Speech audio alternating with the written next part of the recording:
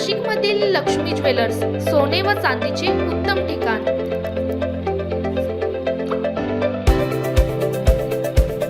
ताज्या बातम्या बघण्यासाठी स्टार लोकशक्ती न्यूज चॅनलला सबस्क्राइब करा आणि बेल आयकॉनला प्रेस करा। नाशिक शहरातील प्रभाग क्रमांक 4 मध्ये वंचित बहुजन आघाडीच्या प्रचाराला जोरदार सुरुवात झाली असून उमेदवार लक्ष्मी रवींद्र ताठे यांच्या प्रचार कार्यालयाचे उद्घाटन मोठ्या उत्साहात पार पडले। हे उद्घाटन वंचित बहुजन आघाडीचे नाशिक जिल्हा अध्यक्ष चेतन गांगुर्डे यांच्या शुभ हस्ते करण्यात आले। या कार्यक्रमास प्रभाग क्रमांक 4 मधील वंचित बहुजन आघाडीचे उमेदवार लक्ष्मी रवींद्र ताठे, गीता प्रवीण वाघमारे खंबाईत आणि गणेश रमेश उन्हवणे यांची प्रमुख उपस्थिती होती। प्रचार कार्यालयाच्या उद्घाटनामुळे परिसरात राजकीय वातावरण तापले असून कार्यकर्त्यांमध्ये उत्साहाचे वातावरण दिसून आले।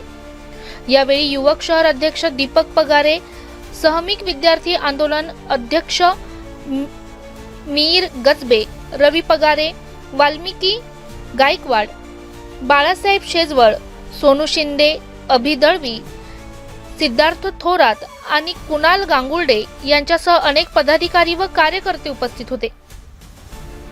उद्घाटनाप्रसंगी बोलताना चेतन गांगुर्डे यांनी सांगितले की प्रभाग क्रमांक 4 मधील सर्वसामान्य नागरिकांचे प्रश्न सोडवण्यासाठी वंचित बहुजन आघाडी कटिबद्ध आहे। येणाऱ्या निवडणुकीत जनतेचा विश्वास वंचितच्या उमेदवारांवर निश्चित बसेल। या प्रचार कार्यालयाच्या माध्यमातून जनतेशी थेट संवाद साधत विकासात्मक मुद्द्यांवर भर देण्यात येणार असून वंचित बहुजन आघाडीचा प्रचार अधिक वेगाने पुढे जाणार असल्याचे चित्र आहे। ब्युरो रिपोर्ट रणजित झापर्डेसह स्टार लोकशक्ती न्यूज नाशिक।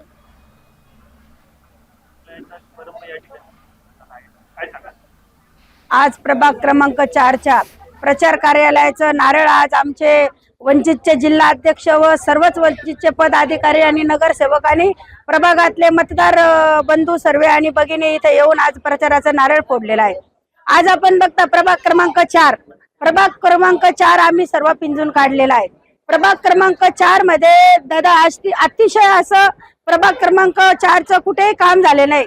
प्रभाग क्रमांक 4चे जर रस्ते बघितले तर अक्षरशः चाळणी झालेली आहे। इथे महिला सुरक्षित नाहीयेत। आम्ही पाटावर गेलो तर तिथले घर उठणार होते, तिथल्या घरांना टॉयलेट बाथरूम नाहीयेत। म्हणजे आपण खेडेगावामध्ये नरेंद्र मोदींनी सांगितलं घर तिथं शौचालय पाहिजे, पण या नाशिक सिटी मध्ये घर तिथं शौचालय नाहीये। कारण शौचालय जर नसलं तर ते महिला वर्ग सर्व रोडवरती टॉयलेटला बसतात, उघड्यावरती टॉयलेटला बसतात। त्यांनी आम्हाला सांगितलं का आम्ही मार्केटमध्ये किंवा रस्त्यावरती जवान मुलं आणि महिला टॉयलेटला बसतात। म्हणजे ह्या नाशिक नगरीची अवस्था जर बघितली तर एकदम निंदनीय असं नाशिकची स्थिती या बीजेपी आणि शिंदे गटाने करून ठेवलेली आहे। कारण आपण बघता यांची सत्ता आहे। आज आपण बघितलं तर कुंभमेळा येतोय 2027 ला आणि आपण या कुंभमेळ्याच्या कार्यकाळामध्ये जर झाडं वाचू शकत नाही तर मला असं वाटतं याच्या पुढे माणसंही वाचू शकत नाही। कारण त्या झाडांवरती कत्तल होण्याची आज वेळ आलेली आहे। कुंभमेळ्याला का आपण बघतो कुंभमेळा हा साधू संत डोंगरा दऱ्यामध्ये राहता, झाडा झुडपामध्ये राहणारा साधू वर्ग तो काय महालामध्ये राहील का? म्हणजे आपण जो पारंपरिक आपली जी हे आहे, जी आपण काय म्हणतो त्याला संस्कृती आहे, ती संस्कृती आता कुठेतरी राहिली नाही। त्याच्यामुळे या नाशिकला कुठेच आता कळा राहिलेली नाही। ही नाशिक म्हणजे आता भयान नाशिक करून ठेवणार। कारण या नाशिक नगरीची ख्याती अशी आहे का हे थंड ठिकाण आहे। इथं बाहेर गावातनं लोक येतात। जेव्हा उन्हाळा असतो तेव्हा लोक काय म्हणतात निसर्गमय नाशिक, पण या निसर्गावरती कुऱ्हाड पडण्याची वेळ आलेली आहे। म्हणून आम्ही सांगतो वंचित बहुजन आघाडीला निवडून द्या का आपले जर महापालिकेत नगरसेवक गेले दादा तर या मुद्द्यावरती भांडतील। कारण काय होतं नगरसेवक बीजेपी आणि शिंदे गटाचे असल्यामुळे त्यांना जाब विचारणारा कोणी नाही राहत। म्हणून आता पैशाचा पाऊस पाडून ते कोणी आम्हाला जाब विचारू नये आणि विरोधी पक्षात बसू नये अशी त्यांची भावना आहे। म्हणून मायबाप जनतेला आणि मतदारांना एवढंच आवाहन करेल का सर्व नाशिक मध्ये वंचित बहुजन आघाडी पक्षाचे जे उमेदवार आहेत त्यांना भरघोस मताने आपण विजय करावा, जेणेकरून तुमचे मुद्दे आणि तुमच्या न्याय हक्कासाठी वंचित बहुजन आघाडी भांडेल। एवढंच सांगते आणि तेच सांगते। जय भीम, जय महाराष्ट्र, जय संविधान। आज उमेदवारांच्या प्रचार कार्यालयाचे उद्घाटन या ठिकाणी संपन्न झाले। या निवडणुकीत मुख्य प्रचार अजेंडा काय असणार आहे, काय सांगा?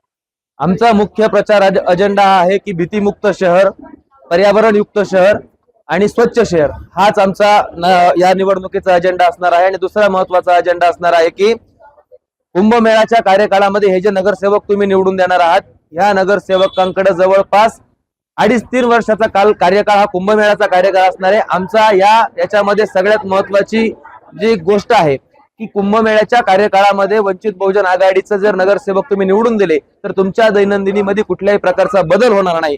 घंटा गाडी कर्मचारी असतील, क वर्ग कर्मचारी असतील, यांची 2002 पासून भरती नाहीये। वंचित बहुजन आघाडीचे नगरसेवक जर निवडून गेले तर पहिल्यांदा अभिसभेमध्ये या भरतीचा प्रश्न आम्ही लावून धरू।